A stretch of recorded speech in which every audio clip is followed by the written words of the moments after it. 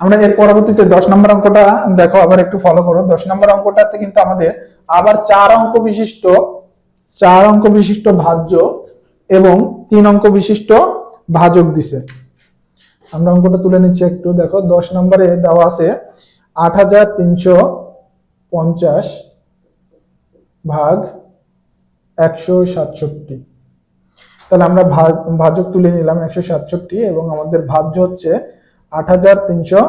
8350। তাহলে প্রথমে যেহেতু ভাজক 3 অঙ্ক বিশিষ্ট, আমরা তাহলে 3 অঙ্ক বিশিষ্ট ভাজ্য নিয়ে দেখব যে এর মধ্যে ভাগ দেওয়া যায় কিনা। 3 অঙ্ক বিশিষ্ট ভাজ্যের মান 435 আর 3 অঙ্ক বিশিষ্ট ভাজকের মান হচ্ছে 167। যেহেতু ভাজক ছোট তাহলে আমাদের ভাগ দেওয়া যাবে। এখন আমরা দেখবো যে কতবার ভাগ দেওয়া যাবে। 167 আছে এবং এখানে আছে আমাদের 835। সংখ্যা দুটো যেহেতু বড় তাহলে আমরা একটু 10 গুণ দিয়ে অনুপাত করে দেখবো। 167 গুণন 10 যদি দিই তাহলে 1670 হবে, অর্থাৎ 1670। 1670 হচ্ছে, আর আমাদের দেওয়া আছে 835।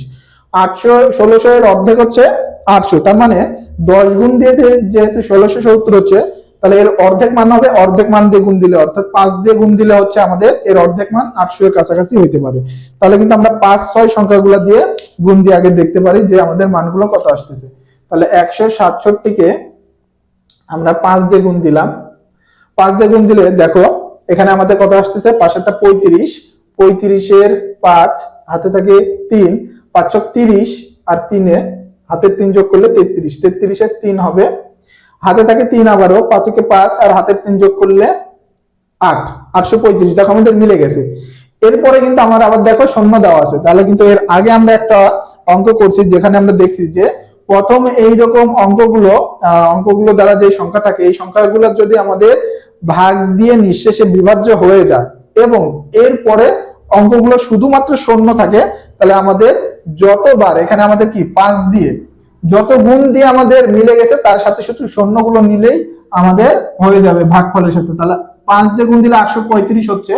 এর পরের অঙ্ক শুধু শূন্য আছে, তাহলে এই একটা শূন্যর জন্য আমরা ভাগফলের সাথে শুধু একটা শূন্য নিব, নিয়ে এখানে আমরা একটা শূন্য দিয়ে দিলেই কিন্তু আমাদের মিলে যাবে। এটা দুইটা শূন্য থাকলে আমরা দুইটা, তিনটা থাকলে তিনটা শূন্য নিতাম।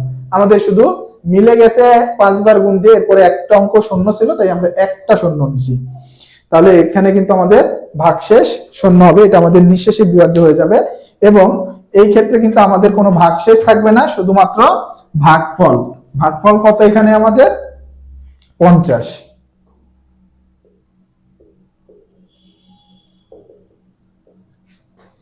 তোমরা একটু এটা নোট করে নাও, পরবর্তীতে তোমাদের নিজেদের প্র্যাকটিসের জন্য সুবিধা হবে।